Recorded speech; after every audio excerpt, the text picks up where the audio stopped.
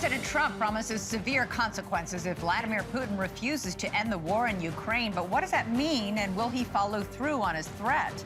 The countdown to the Trump-Putin summit is on. I'm Elizabeth Vargas, and America's News starts right now.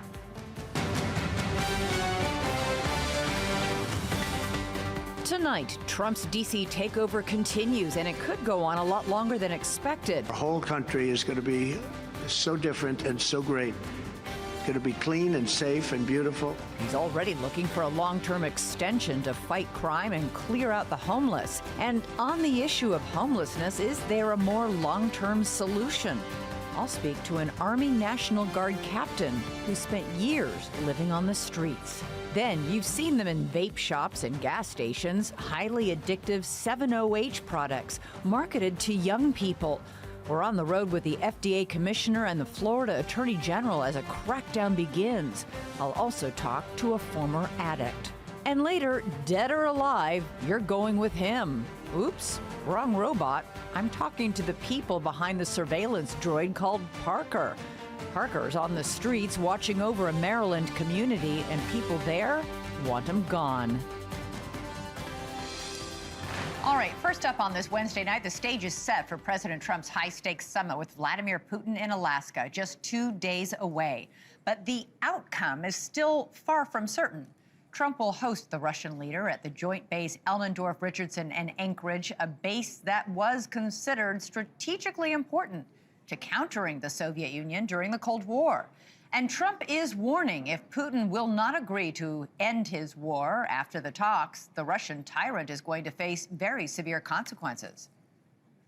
Will Russia face any consequences if Vladimir Putin does not agree to stop the war after your meeting on Friday? Yes, they will. Yeah. What will the consequences There will be be? consequences. Sanctions, tariffs? There will be, I don't have to say, there will be very severe consequences. Ukrainian President Zelensky was not invited to Friday's summit, but if all goes well, Trump says he will quickly schedule another meeting that does include Ukraine. If the first one goes okay, we'll have a quick second one. I would like to do it almost immediately, and we'll have a quick second meeting between President Putin and President Zelensky and myself if they'd like to have me there. Zelensky attended a virtual meeting this morning with President Trump and the EU leaders, a call that Trump rated a 10 out of 10.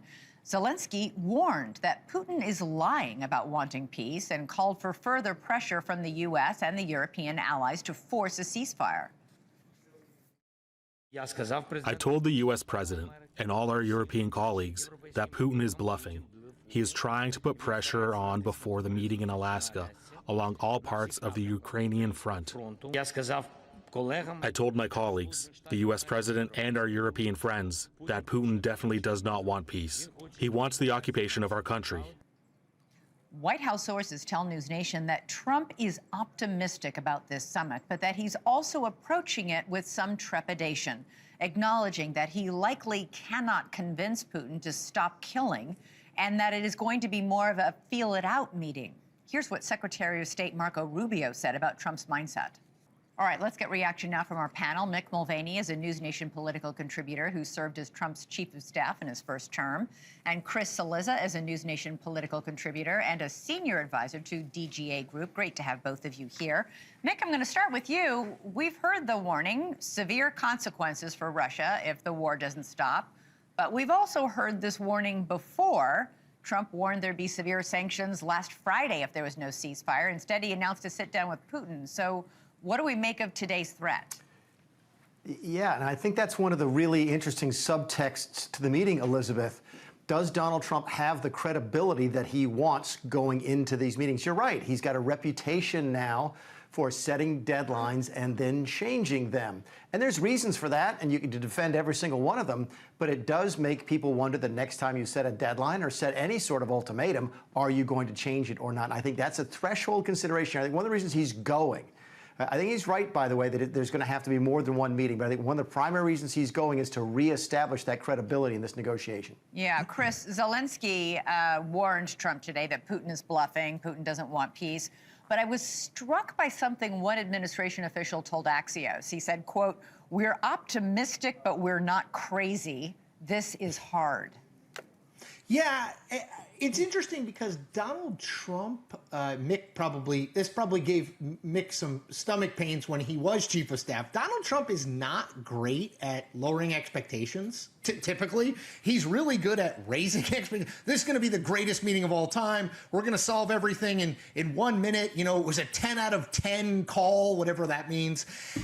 But I do think you're right, Elizabeth, that at least the people around him, and actually even Trump, as much as he can, which is limited, but as much as he can, is trying to say, like, don't expect that Friday night we're going to come out and say, it's all over, right? I mean, he's basically saying, at best, it means we have a second meeting and maybe a third. Now, is it possible they figure something out? It's possible, but I do think this is weirdly a very traditional thing to do when going into a meeting like this where there's so much uncertainty, which is to say, don't expect the world, and then if you can over-deliver, great. It's just not a thing Trump typically does. Mick, John Bolton, who is Trump's former national security advisor and current Trump critic, says, quote, Trump doesn't know enough not to get played by Putin. He thinks he's friends with Putin, but Putin is as cold-blooded as they come. And it's not just Ambassador Bolton. Many members of Trump's cabinet in his first term were dismayed that Trump seemed to trust Putin and ignore their advice not to trust him. I don't know who the other folks are, but look, John Bolton, I worked with John Bolton for several years. I have a great deal of respect for his intellect, but he hates the president, and he's making a living now doing whatever the president doesn't want him to do, or saying whatever the president doesn't want him to say, or attacking the president. It's unfortunate, but it is what it is. Look, I know a lot of folks in the first administration, a lot of folks now don't like Trump's style of being nice to people before they go into a meeting, but it comes back at a certain level to some basic human instinct that you catch more flies with honey than you do with vinegar. What benefit would it have Donald Trump to say things, nasty things about Putin before the meeting, or Xi for that matter, or any other world leader? So look, I get it. There's going to be criticism. I think Chris made some excellent points about raising expectations, lowering expectations. But the bottom line is this: the reporting you have, Elizabeth, is right. This is hard, and I think they're surprised at how hard it was. Trade has gone the way they thought it would want to go. Immigration's gone the way they've wanted to go. This has been the sticking point. This is the one thing they thought they'd have by now that they don't, and it is very difficult to accomplish. Yeah, and we've heard Trump's frustration mounting in the past several weeks. Chris, Marco Rubio, Secretary of State, said in an interview that Trump wants to actually just sit across the table from Putin and look him in the eye. Yep. There have been other presidents who did the same thing and ended up looking foolish. I'm talking about you, President George Bush. George W. Bush. Exactly. Looked into his soul. I looked into his eyes, saw his soul, and found him trustworthy. That proved to be tremendously wrong. Putin is a stone-cold killer. Yeah, I would say two quick things. Number one, never forget that Putin is ex-KGB. Okay, point one. Point two, I think Trump has learned some, but go back to 2019, Helsinki. The last time Trump and Putin were one-on-one, Trump comes out after that. They have a joint press conference, and Trump says, he's asked about Russian meddling in the election, and Trump says, he didn't do it, and I believe him. We can debate about whether Russia influenced votes. I'm not sure they did, but it seems to me the evidence is pretty conclusive. They worked to meddle in the election. So Putin is not a straight shooter. Trump, though, values his gut. I mean, he always has. He gets in the meeting, and I think he's very fast and loose, right? He wants to be flexible. He thinks that his gut is going to be right. It's very high stakes, right? This is not a real estate deal, right? I mean, this is massive geopolitical stakes, but he never said he wasn't going to do that. You didn't elect him thinking that he was going to have Joe Biden's foreign policy. You just didn't. So this is what you get.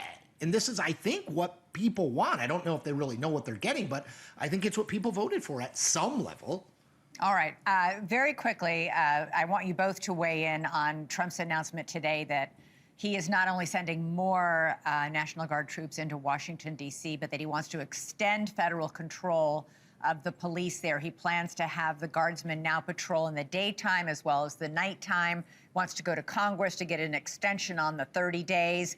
Mick, number one, are you surprised by any of this? And then, Chris, I want you to weigh in on how the Democrats are falling straight into a trap in the way they're responding. Mick, you first. Yeah, I think they're very pleased with the way that it's going. I'm not surprised they're trying to sort of expand. It's the general rule of if a little of something is working well, then more will work better. 30 days of crackdown isn't going to change anything except for 30 days. That's exactly right. And going to Congress is the right thing to say. And look, I know folks, worry about the federalization of the District of Columbia, of this city, but it's a federal district. It's different than Los Angeles and San Francisco and New York and Chicago. So there's going to be a lot of things that can and will happen inside Washington in terms of control that don't apply to the broader conversation. I think there's a lot of local support for what he's doing, and I think the Democrats are starting to figure it out. All right, Chris, super quick. I'll do Democrats fast. Yeah. Every great general is a great general because he was able to pick the landscape on which the battle was fought. The battle was joined on territory and ground that was favorable to his side. Politics is the same way. Crime is not favorable territory for Democrats. Talk about tariffs. Great politically for Democrats. Talk about the economy more broadly. Talk about Donald Trump's sort of erratic name. Talk about almost anything else. You are not going to win by saying, well, crime is down from its sky-high levels of 2023. It's just not a winner. Yeah, it's not a winner. Fight on the ground that you can win on. That's how you win elections. Yeah, if I hear one more Democrat say DC is safe, it's fine. It's like just dumb. Dumb politically. Yeah. Okay. Mick Mulvaney. Walk over to Union Station on your way home. You'll know what it looks like there. That's how I get home to New York City, is going through Union Station, which is, looks like something out of the apocalypse movie. All right, Mick Mulvaney, maybe that's a little overstating it, but anyway. Chris, Elizabeth, thank you both for being here. Let's get the military perspective now on the whole Russia summit coming up and the negotiations about ending the war in Ukraine. Retired Marine Colonel Mark Kansian is joining me. He's a senior advisor with the Center for Strategic and International Studies. Colonel, great so much for being here. So this is pretty significant that Trump said today that Ukrainian land is not his to give away to Putin. This is just days after saying there's going to have to be some land swaps. So this comment today, to cut off one of Putin's principal goals with this invasion, which is to seize Ukrainian land. It is very good news. And in fact, over the last day or two, the White House has been stepping back from the very broad set of expectations they set over the weekend. President Trump said that he was going to be mostly listening, that he's not going to swap any land. So that's very good news because, remember, Ukraine isn't going to be there when its fate is being discussed, and it really needs to be part of that process. So the Europeans told President Trump in their video call today that any peace deal must start first with a total ceasefire. You think that's unlikely. Why? I think it's unlikely because Putin thinks he's winning. He thinks he's winning militarily on the ground. The Russian forces have been chewing away at Ukraine for about 18 months. They've captured about the territory about the size of Delaware at immense costs. Their total casualties are over 1 million now, but those attacks continue. They continue to make progress. The Ukrainians are weakening, and Putin thinks that time is on his side. He thinks if he waits long enough, the West, United States, will get tired and give him what he wants. Yeah, well, Russian forces just made one of their most rapid gains on the battlefield in more than a year. This happened just in the last 48 hours. It comes as Ukrainians are war-weary. 69% of Ukrainians want a peace deal as soon as possible. But it's worth noting some estimates show that Russia has had 1 million casualties in the war as well, 250,000 deaths. Yes, the Russians have taken tremendous casualties for these attacks. The attacks have not been very sophisticated. They have been infantry attacks over open ground and against fortified areas. Russia's a much larger country, and they can afford those kinds of losses. The Ukrainians can't. It's also important to note that although many Ukrainians want a negotiated end to the war, they don't want to give up any more territory. Ukrainian land, yeah. Well, it's also worth noting that Russia's a dictatorship where public opinion, the public doesn't get to have a say in the matter. It's just what Putin decides he wants to do. Colonel Mark Kansian, thank you so much for the military perspective on all of this. Coming up for us, we'll have more on Trump's plan to ask Congress to extend that 30-day federal takeover of the Washington, D.C. police. Is this the solution to cleaning up crime and homeless encampments in the nation's capital? Well, my next guest is an Army National Guard captain who grew up homeless. We'll get his take next. And then later, Florida's message to gas stations is clear. Get 70H Kratom off your shelves now.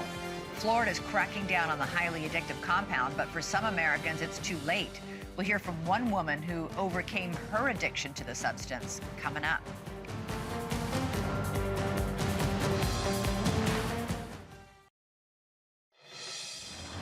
All right, as we were saying at the top of the show, President Trump wants to extend federal control of the D.C. police amid his crackdown on crime in the nation's capital. Not only that, he wants them patrolling during the day as well as the night. That could reportedly start as soon as this evening and extend into tomorrow. The White House says more than 100 people have been taken into custody since the crackdown began. Among them, this arrest just revealed in a court filing today. 37-year-old Sean Charles Dunn was arrested on Sunday. He says police say he called a federal law enforcement official a fascist and then threw a sandwich at him. Dunn tried to run away, police said, but he was arrested on a federal assault charge. Other arrests include a murder charge, 7 arrests for narcotics, and 33 firearm arrests. Nearly 24 illegal immigrants were also arrested. So how is the president going to get this extension? Well, he floated the idea today of asking Congress to extend the 30-day federal takeover. So we're going to need a crime bill that we're going to be putting in, and it's going to pertain initially to D.C. It's almost, we're going to use it as a very positive example, and we're going to be asking for extensions on that, long-term extensions, because you can't have 30 days. 30 days is, that's by the time you do it. We're going to have this in good shape. President Trump isn't just targeting crime, he's also targeting D.C.'s homeless population. His hardline stance and offer to them is go to a shelter or go to jail. That includes zero tolerance for homeless encampments anywhere near the Capitol. The group Street Sense shot this video today of an encampment close to the Kennedy Center being torn down. Not everyone agrees, however, that military force is the answer to the homeless issue. It's just a temporary solution, says my next guest, that does not address the root problem. Adam Rios is a major with the Idaho Army National Guard, and he was once homeless himself. Adam, great to have you on the show. Thank you so much. So you were just 9 years old when you started living on the streets. What was that like? You were just a kid. Well, 9 years old, started a process of some divorce and lots of relocation. And by the time I ended up back in New York, there was a period where we had to struggle to make ends meet. And my father was addicted to drugs for a time. And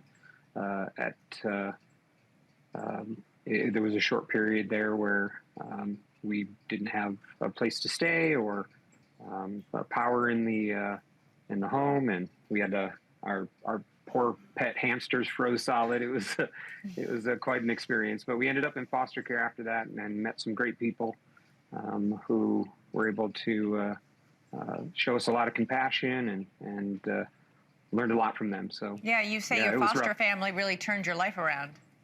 Yep. Yeah, absolutely. There's lots of values. I think, obviously this is a political issue now, but some of the greatest lessons learned was learned through an exposure to new experiences, new people, new subcultures, new norms, and that takes a lot of compassion and time. It's not that you can't clear the streets. It was demonstrated in California with Gavin Newsom that the streets can be cleaned quickly, but The problem, I think, is ideological. It has to do with a lot of sense of safety, education, a lot of compassion and care for what individuals know, and to be able to target exactly what you're trying to target. How do you distinguish between the homeless and those that are behaving badly, those who are, Right. criminal? So I want to get to that bigger political issue in a moment, but back to your personal story. When you were 20, you enlisted in the National Guard, and you say the military was the smartest thing I could have done. It changed me from a little hoodlum into someone who could take charge of your life, pay your bills, and go to school. Yeah, absolutely. It's a great mobility opportunity, an upward mobility opportunity. It's also discipline, self-discipline. Oh, for sure. Oh, for sure.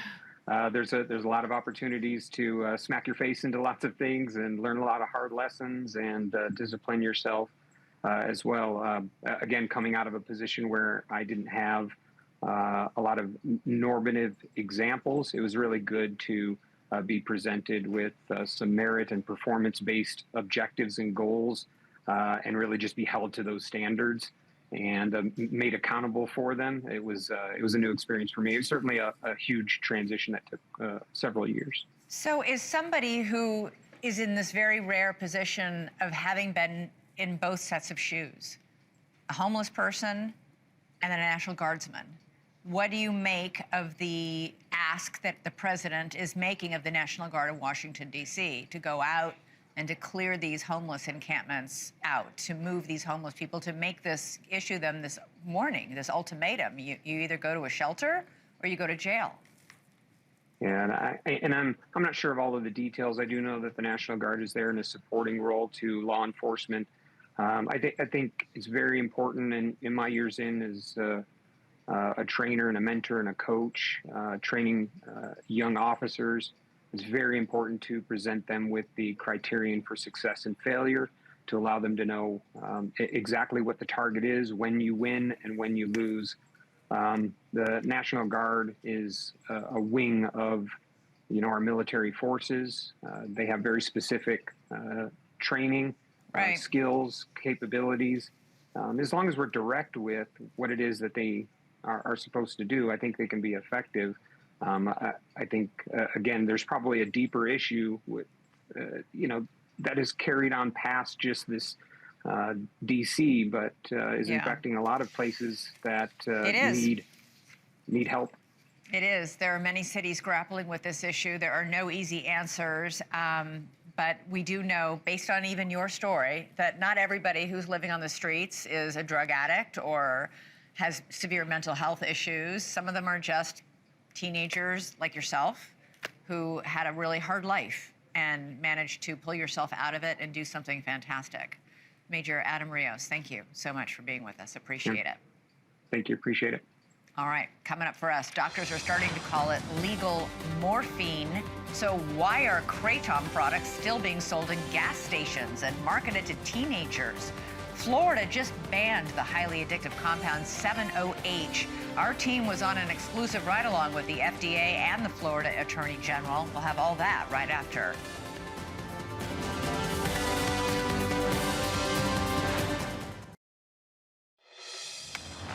A substance being called legal morphine is being marketed to your kids. They can get it at gas stations, convenience stores, and vape shops. The FDA says the synthetic opioid known as 7-OH is dangerous and wants to ban it.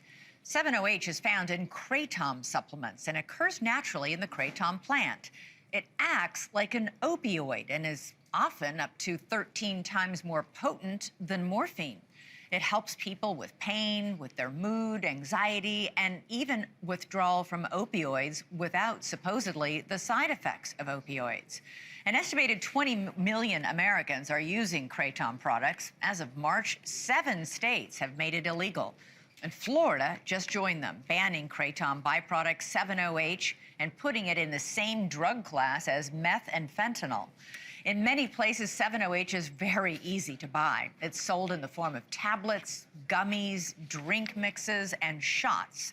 One Florida vape shop worker who didn't want to show his face gave NewsNation a sense of what he has seen at his store. People come in withdrawing, like begging to get just one pill, trying to buy singles. I would say it's probably as worse as the fentanyl epidemic. People are getting super addicted to it. People come in here trying to get off of other drugs like fentanyl.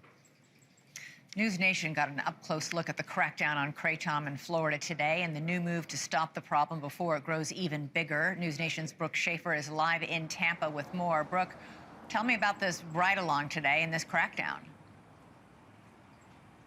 Well, Elizabeth, the FDA describes this as opioids gone mainstream. As you said, it is very easily accessible. You can buy this substance at gas stations and vape shops. 7-OH, it looks like this in pill form sometimes. We've also seen it as a gummy version. It's often marketed towards kids, but it's incredibly dangerous. And today, Florida joined a growing list of states looking to wipe this product from shelves. We got the chance actually today to go inside one of these vape shops with the FDA commissioner who told us more about 7-OH. He was in Tampa today as Florida announced a temporary emergency ban on the substance. The FDA commissioner told me it could be the next wave of the opioid crisis.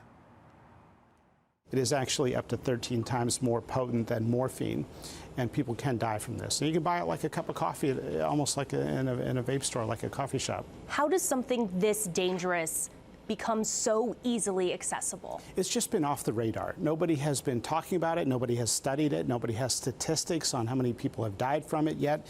But what we are seeing physiologically is that it functions exactly like oxycodone or morphine. And the FDA commissioner told me, surprisingly, even some doctors don't know what this substance is. So they are trying quickly to get the word out. Starting today, Florida's Attorney General told me stores like these need to get rid of it. State law enforcement, including the Department of Agriculture and Consumer Services, they have enforcement teams. Those teams will be going in. They will be ensuring that products get removed from locations. There's a need for regulation. I know at the federal level, the FDA is looking at it, our state leaders are looking at it. But here today, we see one product that is so dangerous that we have to take immediate action. The FDA commissioner told me today there is a lot that we don't know about 7-OH, and he said that is part of the problem. The FDA and some of these states like Florida now trying to get ahead of what they see as the possible next epidemic. Elizabeth? All right, thanks so much, Brooke. Kratom derivatives like 7-OH can be appealing for people who want to self-treat things like anxiety or depression, pain, and fatigue. My next guest tried it innocently as a safe way to treat her anxiety, and she became addicted. Emily Butler joins us now, and we're also joined by Dr. Jeffrey Swisher, chairman of the Department of Anesthesiology at California Pacific Medical Center. Great to have both of you here. So, Emily, I'd like to start with you. Some people tried Kratom because you needed it for anxiety. I'm assuming you thought it was harmless. I thought I was doing something healthy. It was said as to be natural. It would be, actually, it was a healer I was talking to in Sedona, and I was visiting there, and she literally said, you need to take Kratom. She goes, it will take away your anxiety. It's healthy for you. You can literally go down to the Kava bar down the street. And that's what I did. I went to the Kava bar. I had a Kratom drink, and within minutes of having it, I felt kind of blissful. My anxiousness went away, and I literally thought I found a miracle pill. Yeah, and you've been told that it was all natural and healthy. How quickly did you become addicted? I would say it didn't happen right away, and I will say that's the difference between Kratom and 7-OH. Kratom, you need to take a lot more of it to have the same concentration as 7-OH. So it slowly built up. I started having one drink a day, and then I'd have 4 shots in the same drink, and then I was coming back twice a day for the same drink, and then it went to you go into the Kava bar to have these drinks. So I started getting it in pill form from the gas station, and then I was taking literally over 20 capsules of it a day, and then within 6 months I had just gone to straight powder and was consuming 30 to 40 grams of it a day, multiple. Wow. And taking it multiple times throughout the day. So I would say within 6 months, it turned into a problem. But at first, it didn't happen right away. Dr. Swisher, Emily's story is not unique. There are many, many people who took this because they thought it was healthy, they thought it was safe, and Emily didn't have to go to rehab to break her addiction, but a lot of other folks are going to rehab because they get so addicted to this. Yeah, I have a very close friend whose son became addicted to it when he was in high school. And he actually ended up going to Narcotics Anonymous or the equivalent of that to break the habit of having it. It is addictive because it's an opioid agonist. It's not an opioid. I want to be very clear about that. And one of the other things is this idea that it's 13 times more potent than morphine. That's not exactly correct. It might have an affinity, which is 13 times greater for the mu receptor, but there are other effects that morphine and drugs like fentanyl have, which kratom does not have. For instance, respiratory depression. In kratom itself, the natural leaves, it has a ceiling effect. But when you talk about 7-OH, that is 7-hydroxymitragynine. That is a much more potent extract of the kratom leaf. And this is the problem, is that you don't know how much you're getting in these 7-OH packets, and that does not have a ceiling effect. So it will at some point have a severe respiratory depression effect like fentanyl and like morphine. Yeah, what do you make of the fact you talked about your friend's son? This is, I mean, I'm struck by the fact you can buy this in gummies, gummy bears. That's candy that kids, and okay, I eat gummies too, I love them. But I mean, the point is that's marketed to children or teenagers. Well, gummies are, but I mean, you can buy THC in gummies. I mean, the THC comes in gummies, 5 milligrams, 10 milligrams, 15, 20 milligrams. And it's a good analogy. There are natural plant substances, like the coca leaf is a plant that's chewed in Peru, but of course, cocaine is extracted from that. Marijuana is a leaf substance, which THC and all the other cannabinoids are extracted from. And it's the chemical extraction of it to the higher potency that's the dangerous thing and should be regulated. The leaf itself is, again, it's used worldwide in Southeast Asia. It's where it's from. It's used as a mild stimulant and made as a tea. But when you extract it and turn it into 7-hydroxymitragynine, that is a problem. Yeah. Emily, how did you break your addiction to this stuff? It was a year and a half after my first time I ever consumed kratom, and I had actually tried to quit multiple times. And I had gotten to a point that I knew I had a lot of negative side effects now. I couldn't sleep through the night without waking up to take more, or I'd have really bad restless legs. Wait, I'm sorry. Your audio is a little echoey. You were waking up in the middle of the night to take more? Did you just say that? Yeah, I would say if I didn't have kratom within 4 to 5 hours, I would start having withdrawals from it. Wow. That's yeah. So there's a amazing podcast that I stumbled upon because I knew it had become an issue. And I'd actually gone to a doctor because of this, and I had read in Reddit forums that the way to get off of kratom is to take Suboxone. And so I went to my family practitioner, and he had never even heard of kratom. Granted, this was back in 2023. And I said I wanted Suboxone, and he said, there's no way I'm prescribing that to you. He prescribed me something different that didn't help. And then so a couple months later, I was still in a really bad place. I finally broke down to my husband after listening to this podcast with stories of, it had a mom on there with a son that had died. He was my age, and on the toxicology report, kratom was the only substance in his system. A girl went into $100,000 in debt because she was spending over $100 a day on her addiction. Somebody ended up in rehab, and that's literally what I thought that day is, I need to go to rehab. I'm a mom, I'm a successful professional, and that's going to be mine.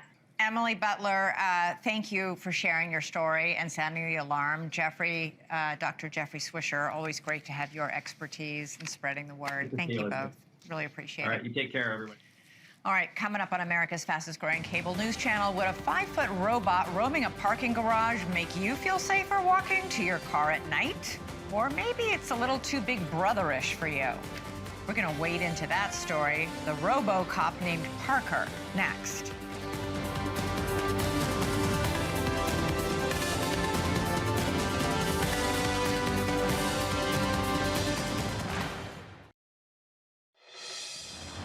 All right, Jesse Weber's here. Jesse, to rescue me from my jerky guest that I just interviewed. Rough. It was a little rough. I had a more colorful term for him in the commercial break. I've never seen somebody in all of my decades of interviewing people come on the show and basically say you're rude and an idiot. Yeah, well, he was like, it's not a theory. It's not a theory. Well, people like you, who spread false information. I'm like, dude, I'm just telling the fact that these people are upset and you're dismissing this whole community. You would think if you come on, you're going to get a little bit of blowback and you're going to get a little bit of quite hard questions. You would think if you agreed to come on to talk about a community that just benched your robot, you would be willing to explain or defend why they shouldn't be upset. But he will not be invited back to NewsNation, Elizabeth Vargas reports, anytime soon.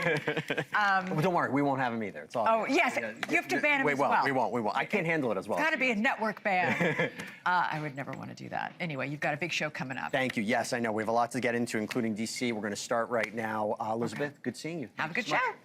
Thank you for watching. Subscribe below and download our NewsNation app right now on your phone, and you will get fact-based, unbiased news for all Americans.